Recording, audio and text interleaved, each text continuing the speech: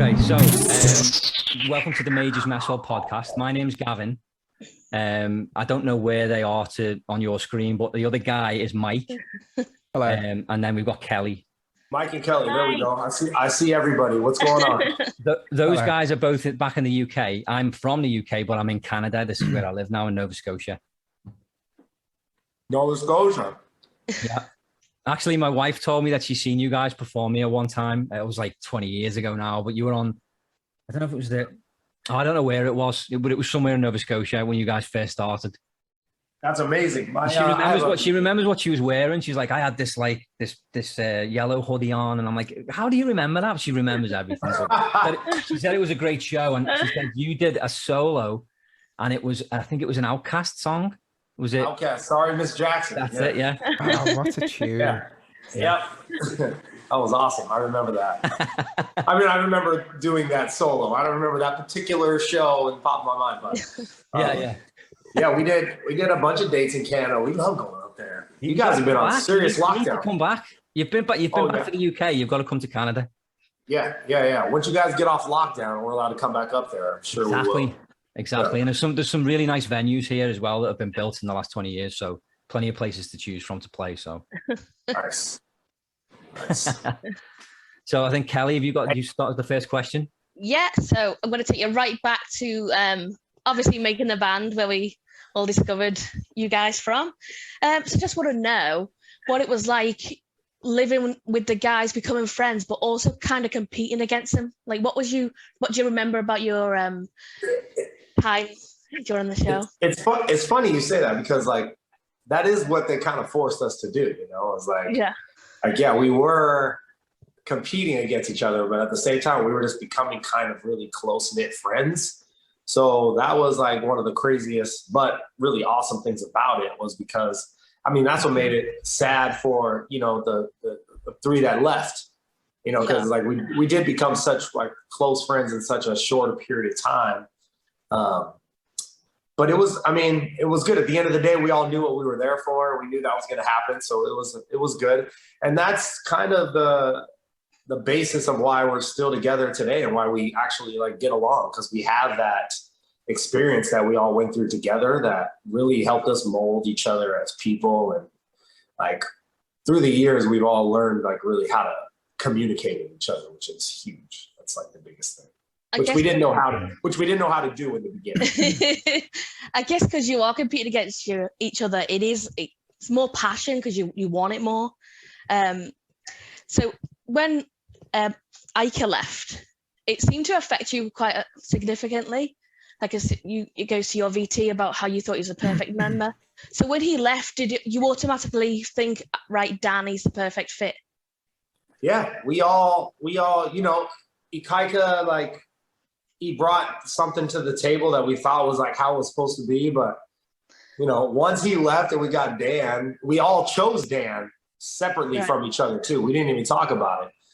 We all chose Dan out of, thin air, never even saying anything. We never thought anybody was going to quit. We never were like, hey, if somebody quits, who do you think? Like that day happened. And then that, we were all sitting around and we told the same person, Jay Morose, we each told him separately who we wanted to be the fifth member if we were going to get one. And we all said Dan. So that to me, it was like more of the he's supposed to be here type. Definitely. You can't imagine it with any other lineup now, to be honest. Yeah. I don't know if it would have been, I mean, whatever. You can't say that, it wouldn't have been the same. No, of course it wouldn't have been the same, but we wouldn't have known it with Dan if he would have never left. So, but I think everything works out the way it's supposed to. And that definitely did, because, Dan's the man. So what did you feel like when you were told that Liquid Dreams was going to be your first single? Because I love the song, but I know you guys weren't too sure about it at first. Yeah, I mean, we liked the song because it was really catchy, and we liked, kind of how risque it was, and and how it was, name dropping, all the like stars that were out at the time. That was cool. But we're just like, whoa, this is like pretty sexy to be our first single. Like, yeah. And Clive's like, just trust me. We're like, okay. I mean, I'm gonna trust Clive Davis for sure. Yeah, and it was definitely catchy. Yeah. It did, and I think I was around probably 12 or 13 years old at the time that Liquid Dreams came out. and obviously I didn't understand any of the meaning of the song or anything like that. But as you say, the name dropping element was like, "Wow, that's cool." And then also I loved the singing method, the dancing and everything. Jacob's, you got man, the craziness of it. I loved all that. I absolutely loved all that. So I was all over that. I have a question for you. When OTown like disbanded, was it like an immediate snap back to go home to your families and all of that kind of stuff? Or were you still like you guys communicating as friends over the years until you like got back together officially type of thing? Was it just nothing? Yeah, it was. So we were, when we auditioned, we were all in our separate lives, right? You know, I was in college, my third year of college, and we all just got pulled. Like at the auditions, like one day I was at home, next day I was there. I didn't even have time to move my stuff out of where I was living. Like my college roommate had to like take care of all that because I got pulled and I made it. And they're like, no, you don't get to go home and like, dude, you're here now. So, and then we spent every waking second together for the next, 3.5 years. We only got like 4 days off a year. So we were literally under each other's skin every single day, every minute, every second. And, when we got dropped by our label after our second album came out, it was like, let's just breathe. Like, let's just get away from each other, for a little bit. And, we were like, oh, a year or 2 years. But then like everything changed in the music industry and it was like, oh, yeah. Like all the other bands went away. So how are we gonna, kind of fit? And then there was like the birthday calls or like I'd come down and see Jacob occasionally randomly, but like there wasn't really a lot of like, it wasn't like a friendship. Like we weren't hanging out or anything. Yeah. That's why I'm happiest about like us getting back together. Like we, the fans thank us like, oh, thank you so much for getting back together and doing this. And we're like, no, thank you. Because if we didn't have you that were here doing this, showing up for us, like these friendships that I had that were so strong that kind of like, went away have now become like the strongest they've ever been. Like, these are my guys. Like now we'll never be apart like how we were when we broke up again. Yeah. And it's crazy how it worked out as well, that like a lot of bands go away and then reform and it's not always the same. Especially, just the four of you this time. Ashley isn't part of the band, but you guys have like, it's like you're a different band now. You've like completely changed, and it worked as well. Like when you guys came back with Skydive, I love that song. That was such a good choice for a first comeback song. And then just that album was fantastic, and then this new album is just so killer. It's just you're just totally different band now. Yeah, thank you. We appreciate that for sure, because that was the thing, was like when we came back together in the time apart, there was a lot of good things that happened, especially to each of us individually in our growth musically, professionally, just as people. Jacob went to business school. When we got back together, he's like, I want to manage the band. I want to do all the stuff that a manager would do because that's what I just went to school with. His brain works that way. And we're like, yeah, for sure. Go ahead.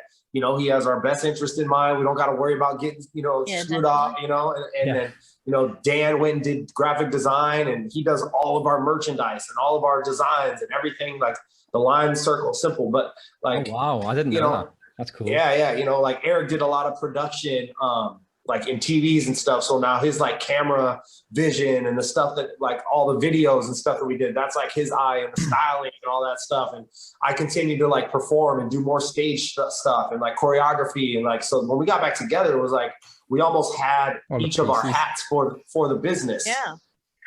And it just kind of like fit perfectly. And then we got Skydive and we reproduced that and like made it our own. And then it's like, look, guys, like, I'm the luckiest dude. I'm in the band with 3 like super dope ass talented musicians, like guys that write dope songs. You know what I mean? Like, this whole last album, we wrote all of it. We wrote half of Lines and Circles. This is a real stamp of who OTown is. You know what I mean? Yeah. Before it was like the old boy band Cookie, Clive got all the songs for us. So sing this one, sing that one, sing this one. We started to write a little bit in the second album and show that we could write songs. We got a lot of songs on our second album. We got more on our second album than like Backstreet wrote on any of their albums, Yeah, that's true. Yeah. And so So then when we got back together, it was really imperative, and we really wanted to write and be a part of like most, all of it. And that's what we've done. And like you said, this feels the most like OTown and the most like us. And that's what we love. Yeah. I got to ask as well, because I'm a singer as well, as we all are, all three of us sing. And I've noticed that back in the old days, I mean, you've always sounded great, but in the old days, you sang very, I mean, you're obviously younger, you sang a lot softer. And I've been in a boy band myself, and we never got signed. We almost did. But I remember recording in London and the producer telling me, you need to sing a certain way because the way you're singing is not going to, you want to sell records, you need to sing this way. And he made me sing a way that I didn't feel comfortable with, but it was just how they wanted me to sing. So now, like listening to you now, vocally now, you're incredible. So I just wondered if it was like that back then. Were you told how to sing? You weren't necessarily told how. I mean, but in the studio, those producers who wrote the song, and are producing the vocals definitely want it to sound the way they want it to sound. Yeah. And they have their certain really way. And yeah, I mean, kind of what you're saying is in a way for sure.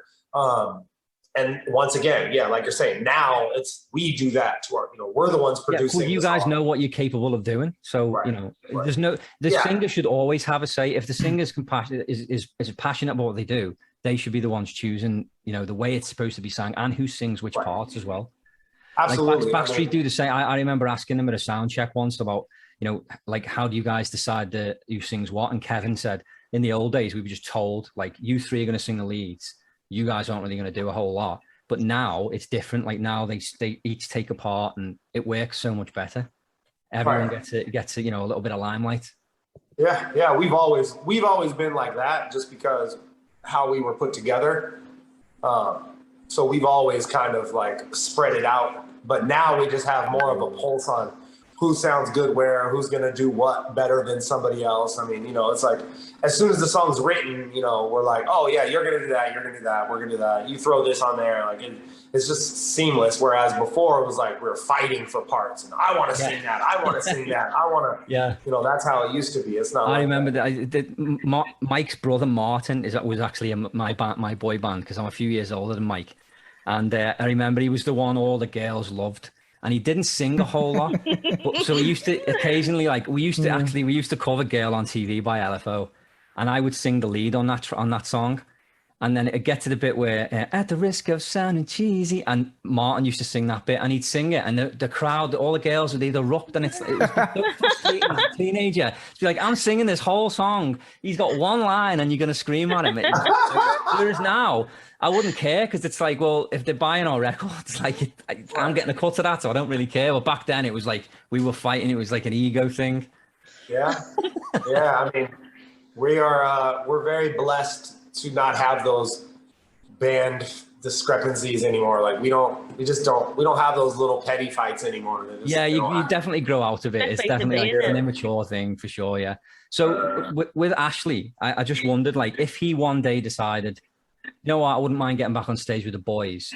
Would you guys entertain the idea of that, even if it was just a one-off? Like, join us for a show. Like, come and join us. We'll sing some of the old songs, and then. I think possibly for like that situation, for a nostalgic type thing. If, Clive Davis was like getting some type of award, and they wanted everyone to come and sing those songs, like we would, hey Ash, you want to come do this with us? We'll do All or Nothing. We'll do like the Dream. I think that'd be nice. Yeah, I mean, he doesn't want to be in the band anymore, and like the band's different. Yeah, you totally be going backwards. If he rejoined now, you guys would be going backwards. It wouldn't necessarily be going backwards. It would just be another shift. It would be another huge shift. So we went from here, and then we grew and became 4 and came here, and then it wouldn't just become 5 and be here. No, it'd become 5 and it'd have to turn again. We'd have to it'd have to be like a whole new reinvention, really, because he's completely different. We're completely different. It would just, but yeah, for nostalgic purposes and doing something for the fans, because I'm sure they would love to see it. Oh yeah. I think that would be awesome. I mean, yeah, I would love to entertain that. Yeah, that would be nice. Maybe one day. Yeah, it would. Yeah. So obviously you did the show, then you shot to fame. So it must have been a whole crazy thing for you. What was it? You toured with Britney, and I think that was your first arena tour. Correct me if I'm wrong. So what was that like, going from college to arenas in such a short period of time? Yeah, I mean, that was amazing. That was like that was the natural progression that, like, Backstreet, NSYNC, that they kind of took. Like, they were doing smaller venues for quite a long time, and then they just shot up and started doing arenas. We never could do them on our own. We never got that big. But, before, like, I remember, so we played this Penn State University, which is in Pennsylvania. We played this university. It's called the Bryce Jordan Center. It's an arena. We played there with OTown, but they had to, like, they cut it in half. Yeah. So like the stage is here. The whole arena is this big. Our stage started like about right here. And then we did the Britney tour, and we got to come back to that place and, like, do the whole thing. And that was like, so we were doing like half. But then to go out and be in front of that crowd that Britney brought every night. I mean, and we brought some of it obviously too.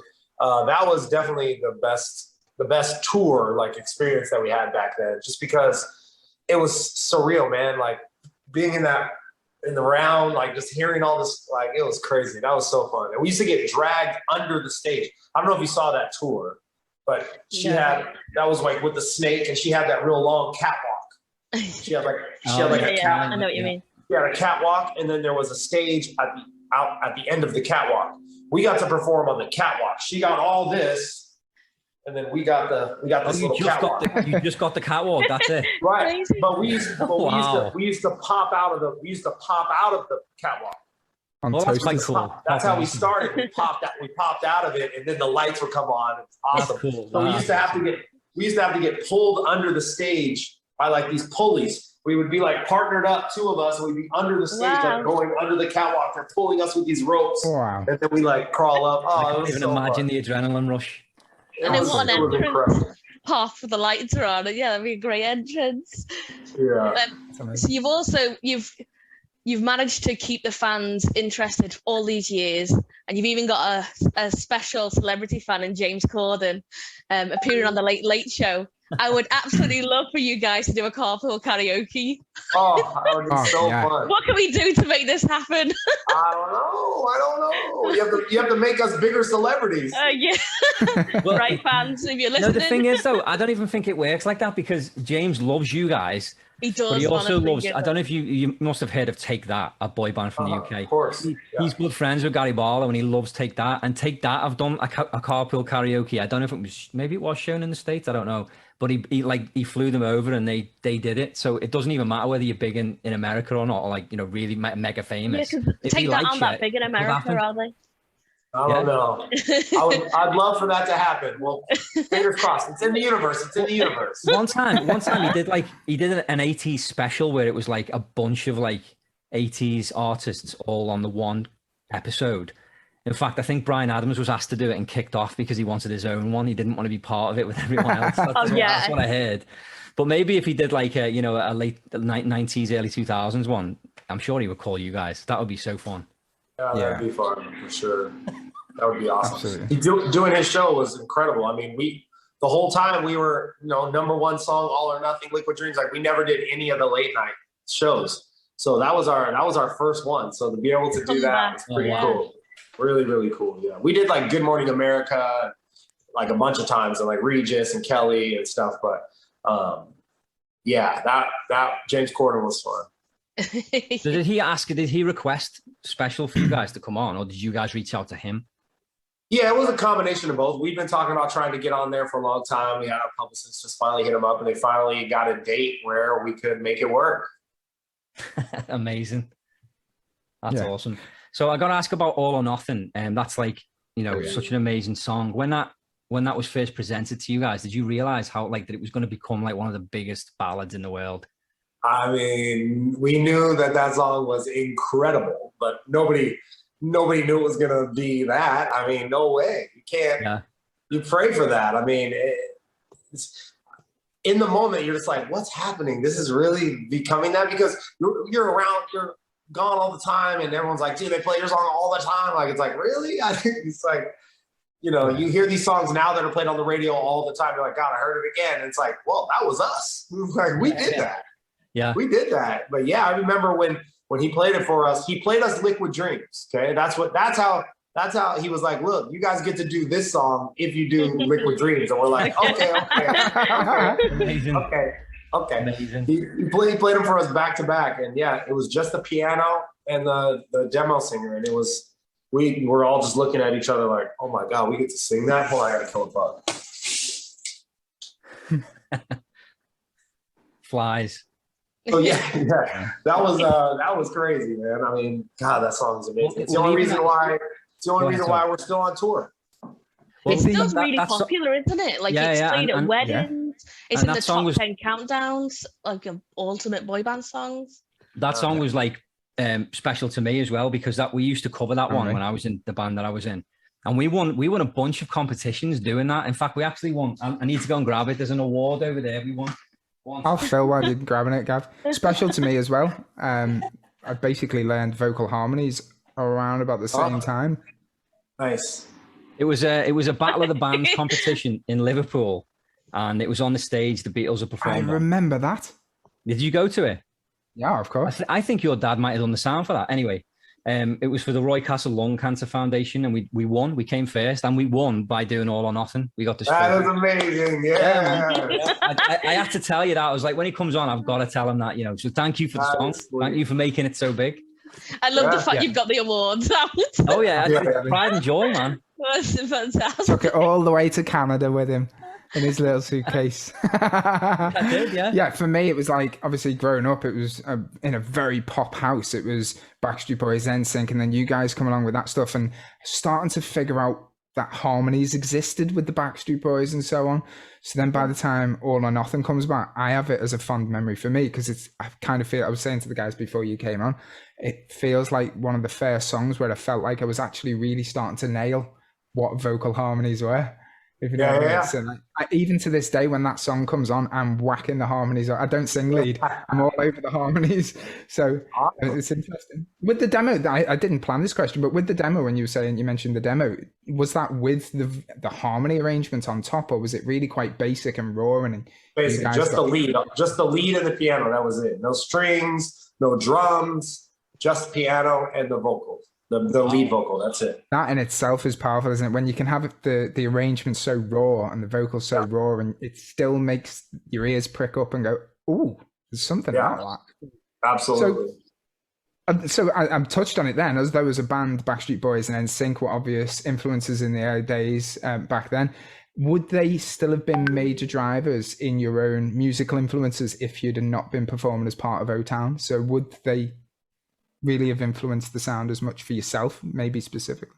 For me personally, at that time, like when I auditioned for OTown was when they were at their biggest. That's when they were at peak. I was the one dude in college that was like, yo, Backstreet Boys, NSYNC, like, let's go. I loved all that.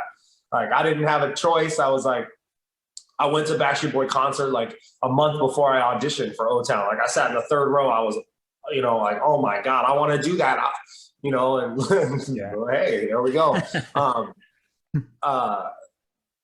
But I don't know as far as like as our sound was concerned, if they were like as much of an input on that, because we were trying so hard to like, be our own way. And so, but yeah, I mean, after you get in it and they become your peers, it's kind of like, what? Like, how is this guy like my peer? What do you mean? It's just, it was weird. It was weird. Although I didn't feel like their peer ever until like now. Yeah. Yeah. Back then, I never felt like we were like, Yeah, you're just looking back on it now in hindsight. I just kind of felt like we're the redheaded stepchild. Like, oh. Yeah. And talking of other bands, you guys on this Pop 2000 tour, you do the little set with Brad from LFO. I mean, we know Brad. Me and Mike, we've got our own band. It's called Eucadian. It's like a pop, it's like a pop.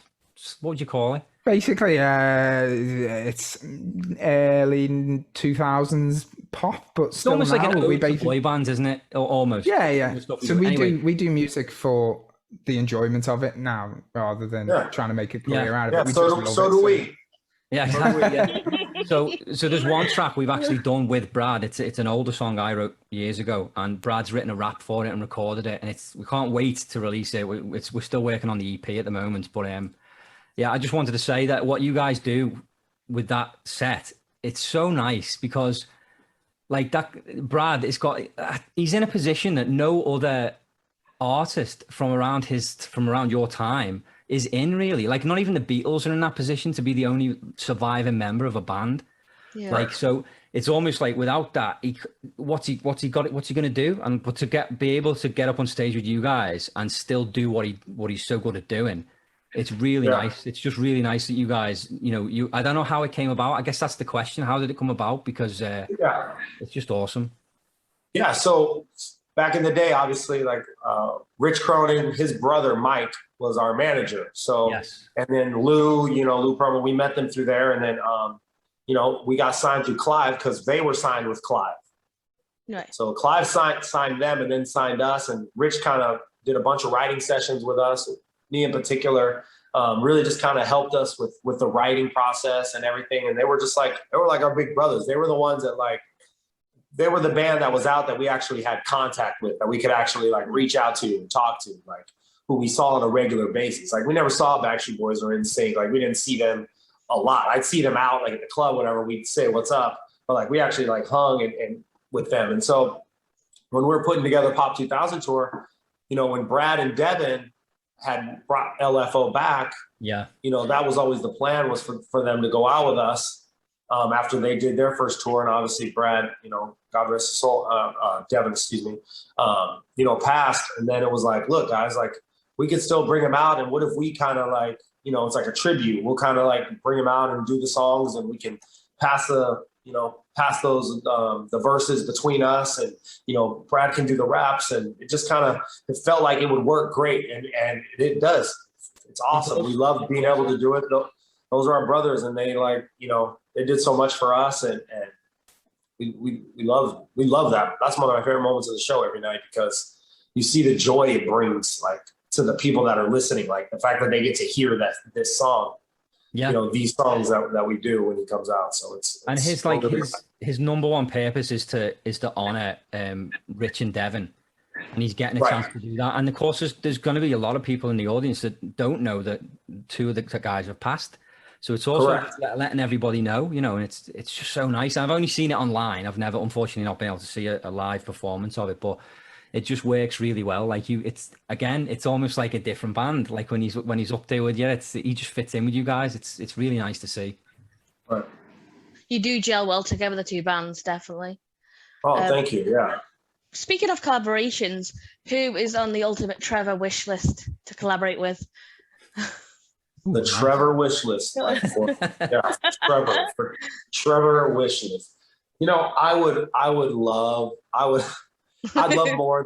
love to do a song with Will Smith. I just would, because he's brilliant, isn't he?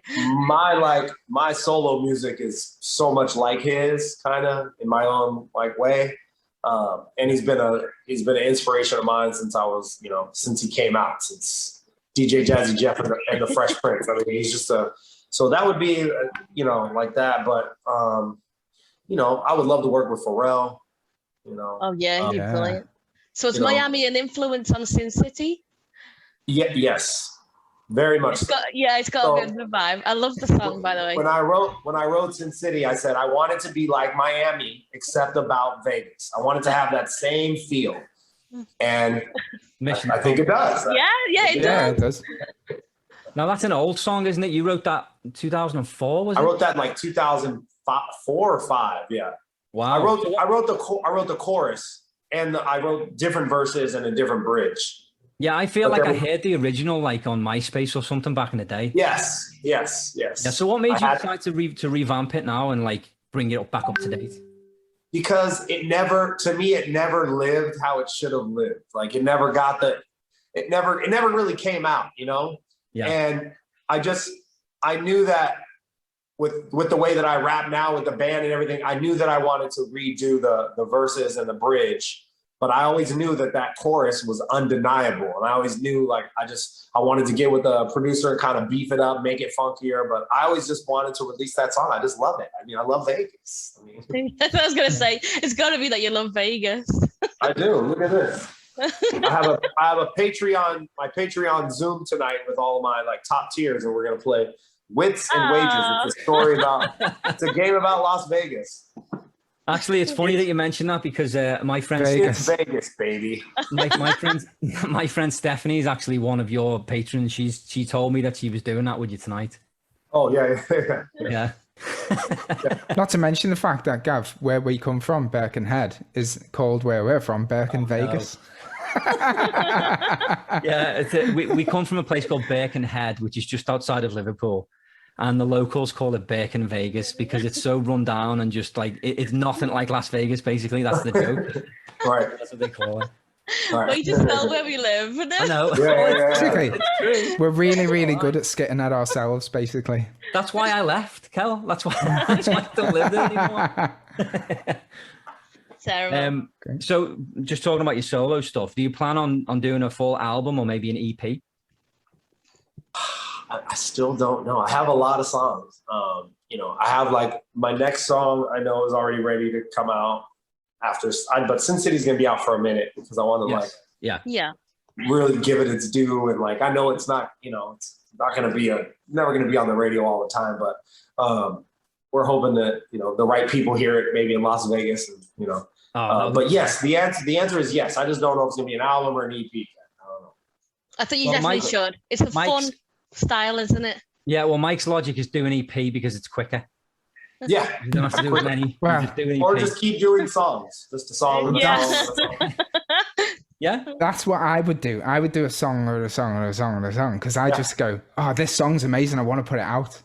But then Gavin's like, Gavin goes, I really want to do like an album. So my compromise was, let's do an EP then. EP, yeah, exactly. That's halfway hard. I see the positive in both. And I see the negative in both. I see why people want to do like the EP and just like, or the song.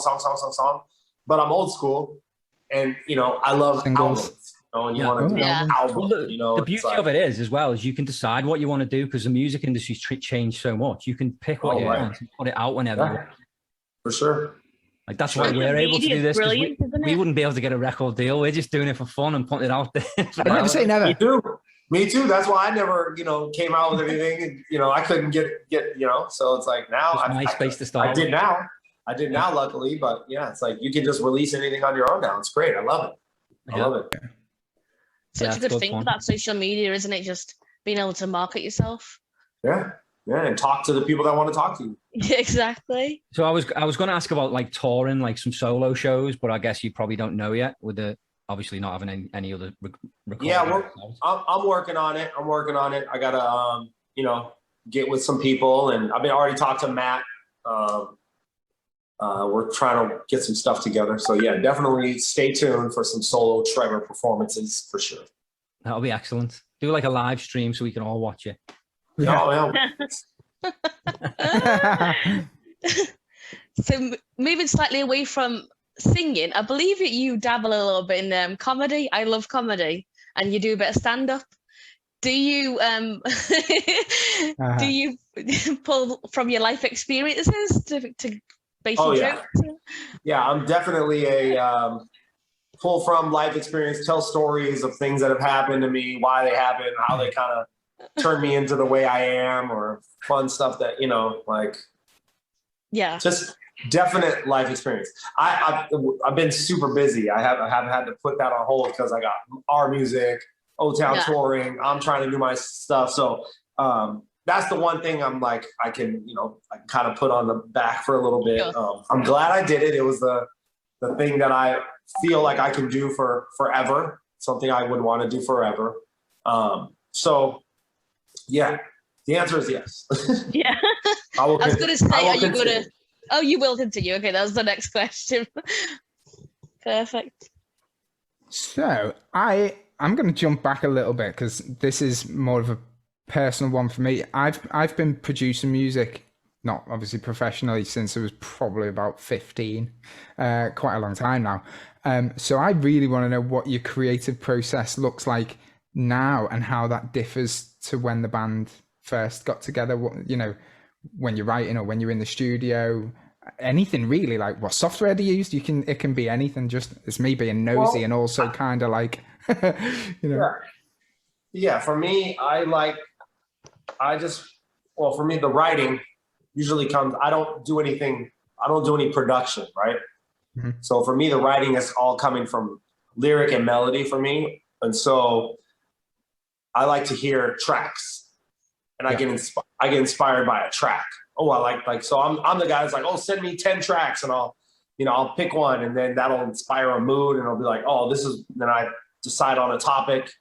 I want to talk about this. And like, I think, but from then and now, what has changed the most is just my ability of rhythms and cadences and different melodies. Like, I was very straightforward before, whereas like I'm just a little bit more broad now. I can do a lot more as far as mixing up, like I said, cadences, rhythms, and jumping around and doing stuff like that. But the creative process to me is the best. I mean, I love being in the studio and coming up with stuff on the spot, or sitting with the producer, and like I love that. That's when the best stuff comes to you on the spot. That's kind of like how we work, isn't it? So I will tinker about, make a little melody or something. It's probably 2 or 3 bars worth of loop at first, because I'll put all the rest of it around. But then I'll be like, I'll send that as an idea seed to Gavin, just say, here's a little idea seed for you. And then because of the time difference, I'll have a voice note on my phone at 7 a.m. in the morning from Gavin in Canada. It'll be like, I've got this wicked vocal. Exactly. It's good. That's how it comes together. So I also seen that you actually act, and I didn't know you act. You literally do everything. I don't know how you managed to do all this stuff, but I know you did. I know you did a movie last year, Chasing Time. I haven't been able to find it. I've looked everywhere online. I seen that it was on Amazon. It's on Amazon Prime, but it's only on US. Canada's is different. Oh yeah. So I can't get it. I need to try and figure out how to get a VPN working so I can watch it. Yeah, I don't have any control over that. Sorry. The thing is that the trailer. So the trailer looks fantastic, and like it really shows that you actually have a real good talent for acting. Oh, thank you, man. I appreciate it. I appreciate that. It was. So when I grew up, I used to play sports, and then I would like dance, entertain, and like I was like, I really like this. And so in high school, I started taking drama. And so I did like a bunch of school plays, and then I actually in college, that was my major. My major was theater, so I took a ton of acting stuff, and then in LA, I've taken like 7 years of acting class. I definitely, that's the other thing I, would want to do forever as well. I'll be doing a lot of things for a lot of times. I want to do everything. I want to keep doing it. I want to keep doing it. I was talking to band music, solo music, stand-up comedy, acting. Yeah. And it works. You're making it work. Why not? Yeah. Why not? I was talking to my friend Stephanie before, one of your patrons, and I said, like, since I've been doing like research on Trevor, I've realized like how talented he is, because you don't see exactly everything you can do just from listening to OTown. When you listen to your solo stuff, you find out that you write all your own stuff as well, and then just the acting. And then Kelly mentioned you do stand up. I'm like, how does he manage to do all this stuff? It's incredible. I appreciate it. Thank you. Yeah, man, it's inspiring. It really is. Thank you. That's great. Thank you for saying that. So we do have a fun game to play with you, and we're going to wrap it up soon, by the way. So this game is we've never played this before, but it's basically it's English slang terms. We just want to see, because you've traveled the world, and I'm sure you're very cultured. We just want to see if you know what some of these sayings mean. Okay. So I think we're each going to ask like one each, and just see if you can figure out what you think it means. Okay. Hell, you can go first. Okay, The Rock did answer this. So we'll see if you come up with a similar response. Wind your neck in is the phrase. Say it again. Wind your neck in. Wind your neck in? Yeah. Like wind your neck in. Yes. Yeah. Okay. I think it means like, hey, bring it back. Settle down a little bit. Whoa. Wind your neck in. Bring it down a little bit. That's good. You get a point. That's correct. The Rock had a very different answer. Yeah, the Rock thought it was the Rock thought it was about masturbation. Oh, wine drink. Oh, come on. Yeah. So we thought we'd have to ask that one. Go on, Gavin, mine you doesn't go. get. You want me to go Go on, next? go. Okay. Yeah, go on. Mine. No, is- you want to go next? I'm worried about mine because on the back of that, mine seems potentially a bit rude as well. But it's Oh, not. it doesn't matter. It doesn't matter. You Trevor go doesn't first then. care. Anyway, my one is flog your own grandmother. Flog your own grandmother. Like you'd flog your own grandmother, you. Yeah. Like, you're just disgusting. How could you do that? I can't believe you would do that. You'd flog your own grandmother. You're so bad. You're so rude. It's so terrible. You'd flog your grandmother. That's not bad, but It's like not I far guess off. first of all, the word flog. Like the word flog in the UK means, because obviously the old fashioned term is to like hit, like you'd flog a dead horse is another saying, like you'd hit. But in England now it means to sell. So it's basically saying you'd sell your own grandmother. Oh, yeah. So you're a terrible person, basically. Yeah, Yeah. basically you'd do anything for money. You'd sell your own grandmother. Yeah. You like Yeah, that's yeah, kind of yeah, written yeah. off, yeah. You're not doing bad at this, Trevor. Not too bad. Yeah, I know. It's not All bad. right. This is impressive. I've got two to choose from, and I'm torn which one. I think I'll go for this one. Give me a tinkle on the blower. Well, I think I know what that means, and I want one right now. That would be great.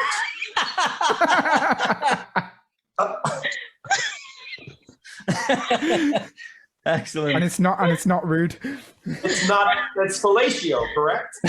No, No? no. Well, sounds like fellatio. No, but I that, know. that's what you think it means. It means basically, it means give me a call. So in the UK, blower is the phone. So give me a tinkle means give me a call on the Yeah, phone. tinkle is give me a tinkle on the blower. phone. Oh, I blower can't wait is to the phone. say that. Give me a tinkle on the blower. I got to write this one down. Do you think we should have one more round? My sister's getting married next Saturday, and he's from Manchester. Oh, cool. Yeah. Oh yeah, you should use some of these on him then. Yeah, Yeah. definitely. Because I'm going that's, to that's give me the a northwest. tinker. You see, that's not far from where we're from. Give me a tinkle Yes. on the blower. About an hour away from us. Do you think we've got time for one more round? Yeah, we can. Well, do One my- more. One more. One more. Okay. Taking the piss. Taking a piss. taking No, Taking taking- the piss. Taking the piss. Yeah. Taking the, like, I would say that's like basically everyone's making fun of you, like you're taking the piss, like everyone's Yes! hard on you. Gold Nailed star, it. Trevor. That's it. Yeah, that's it. Spot on. Let's see if you can get this one. What one we go with? I think we'll go with Gobshite. Gobshite. Gobshite. He says it so well. Can you use it in a sentence, please? Yeah. Mikey is a gobshite, The gobshite. and so is Kelly as well sometimes. No, I'm not. Oh man, I don't know. Gobshite. Cheap? No, A cheap person? You're a No. gobshite? it basically means you're full Nay-ho. of shit. You're full of shit. A You're gobshite. full of shit, yeah. Because gob is Add another it to word the for list. mouth. And He's shite- writing it Oh, down. you're a gobshite. You're full Yeah, of yeah. shit. We say shite You're a instead gobshite. of shit. Love that.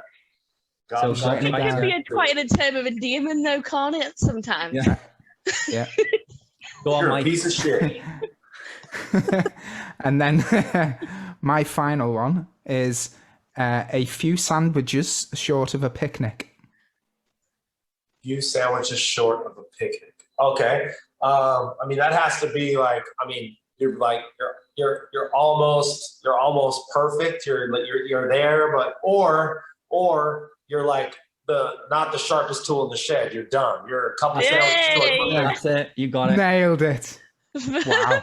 But That what is was that? impressive. We got to tell him as well about what you were saying earlier, Mike, about if it's past tense, it doesn't matter what you Oh, say. yeah. I mean, you're drunk. So there's a neat trick in England where if you can take any word from past tense or add the letters ed to the end of it, and it means you're drunk. So you could say pissed. I was totally pissed. Or you could say I was hammered, which would mean you were drunk. Or you could pick something completely random like OTown. I was completely O-towned last night. Yeah, you just put an ED on the end of whatever. Yeah. No matter what. I was papered last night. Oh, I was pictured. Yeah. I was pictures, bloody picture. Bloody, yeah. It's a thing. I noticed that when you say thing, you say thing. That's more of a southern thing. That's not a thing. It's not a thing.